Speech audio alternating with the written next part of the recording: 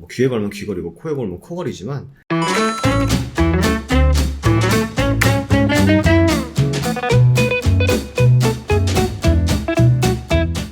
네, 반갑습니다. 허브뮤직TV입니다. 이번 시간에는 대한전선 세 번째 시간입니다. 한번 같이 보도록 하겠습니다. 일단 뭐 대한전선 관련해서는 뭐 당장 뭐 주가가 급등을 했다 뭐 이런 것보다는 향후 기대감에 대한 프리미엄이 주가에 반영이 됐었고 그게 5,000원이라는 가격 구간까지 움직였던 그런 이유이기도 합니다. 뭐 말씀드린 대로 뭐 최대 주주가 바뀌거나 아니면 뭐 코스피 200의 지수 편입이 된다거나 아니면 향후 뭐 해상풍력 관련해 가지고 또 뭐 향후 미래가 전망이 굉장히 성장이 기대된다라는 뭐 이 모멘텀들이 복합적으로 작용을 하면서 주가가 단기간에 굉장히 많이 올라가는 그런 흐름을 보여줬었는데 뭐 대한전선 같은 경우는 뭐 LS전선의 다음에 해당하는 이제 우리나라 이제 점유율 2위라고 말씀드렸었죠. 근데 가온전선까지 해서 이제 우리나라 탑3 전선 회사인데 가온전선에 비하면은 대한전선이 한 매출 한 2배 정도 더 나오다 보니까 어쨌든 점유율 2위의 회사다라고 보시면 될 것 같습니다.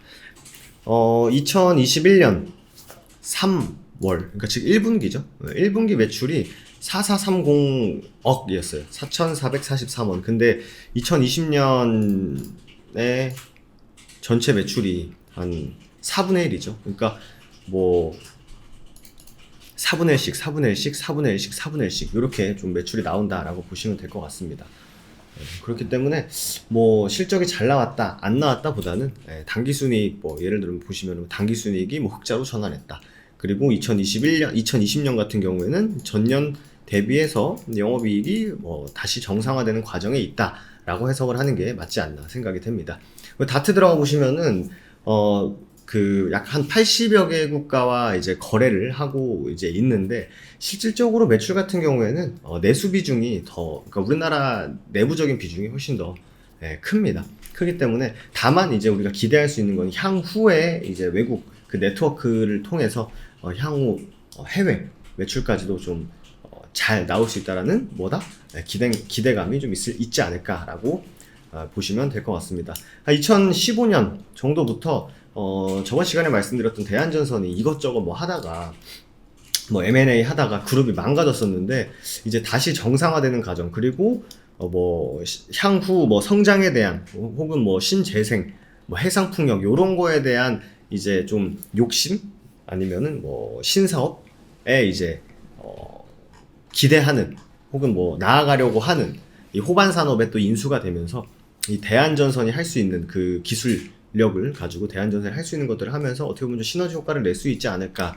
그 분야가 접목할 수 있는 건 해상풍력이다 라고 이제 현재 시장은 받아들이고 있고 대한전선이라든지 대한전선의 움직임이 뭐 주가가 상승하는 것의 근거는 아무래도 해상풍력에 대한 이제 거기에 메인 역할을 또 대한전선이 할 수 있지 않을까라는 기대감으로 보시면 될 것 같습니다. 다만 이 뭐 전선 제조업 이런 부분이 막 드라마틱하게 막 매출이 엄청나게 늘거나 아니면 뭐 갑자기 폭발적으로 영업이익이 늘거나 요런 사실 사업 분야는 아니다 보니까 뭔가 실적에 대해서 확 기대감을 갖는 것보다는 뭐 2차 전지 관련주, 뭐 태양광, 수소차 이런 기업들이 결국 올라갔던 이유가 뭐였죠?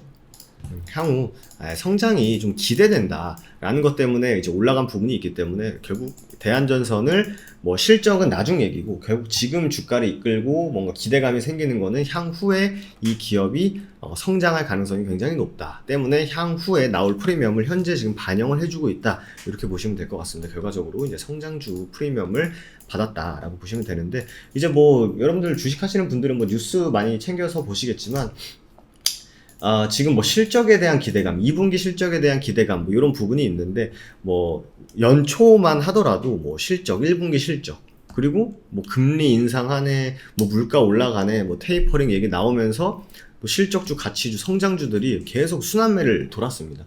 어떨 때는 뭐 어떠한 이유 때문에 성장주를 봐야 된다. 또 어떠한 이유 때문에 실적주를 봐야 된다. 금리가 인상되면 뭐 성장에 대한 뭐 프리미엄이 좀 깎일 수 있기 때문에 가치주, 실적주를 봐야 된다. 이런 뭐 소위 말하는 뭐 귀에 걸면 귀걸이고 코에 걸면 코걸이지만 그런 거에 너무 연연해 하시기보다는 결국 대한전선이 왜 올라왔는지 그 모멘텀이 유지가 되는지, 향후에 어떤 사업을 진행할 것이고 과연 거기에 대한전선이 기여하는 바는 어느 정도가 될지, 이 부분에 집중을 하는 게 훨씬 더 낫지 않을까 지금으로서는 생각이 듭니다. 이미 고점에 대한 피로도가 어느 정도 있을 겁니다. 왜냐면 굉장히 약 300% 가까이 올라온 구간에서 일시적으로 조정을 주고 옆으로 빌빌 기고 있는 상황이기 때문에 어디가 저점인지, 지금 3,000원 구간에서 멈췄다 해가지고 여기가 저점이 될지, 아니면 이거 너무 개인들이 많이 탔는데 한 2,600원, 2,500원까지 한번 떨궈 보자 하면 여기가 저점이 될지 아무도 사실 알 수가 없는 가격 구간이기 때문에, LS 전선이랑 비교해가지고 이 기업이 지금 점유율 1위도 아니고 2위 회사인데, LS 전선은 지금 시총이 이 정도인데 대한전선이 2등 회사가 시총이 이렇다고? 라고 하기에는 너무 약간 좀 뭐라 그래야 되죠? 숫자적인 분석이고, 대한전선이 이렇게까지 올라왔던 이유는 아까 말씀드렸다시피 최대주주 변경에 대한 기대감도 있었고, 향후 친환경, 금요일날 우리가 봤었지만 ESG에 대한 보고서도 있고요. 그쵸? 코스피 200에 대한 기대감으로 기관하고 외국인들의 바스켓에 담길 수 있다라는 기대감. 결과적으로 말씀드리면 당장 눈앞에 있는 것 때문에 주가가 올라간 게 아니라 향후 미래에 대한 어떠한 기대감 때문에 올라간 거기 때문에, 이 대한전선이라는 종목을 물론 실적이 잘 나오면 완전 땡큐죠. 하지만 실적이 얼마 나왔다고 해가지고 좋고, 얼마가 나왔다고 해서 안 좋고, 이런 측면에서 접근보다는 이 기업의 성장 가능성에 훨씬 더 집중을 하는 게 좋지 않을까 이렇게 생각이 됩니다.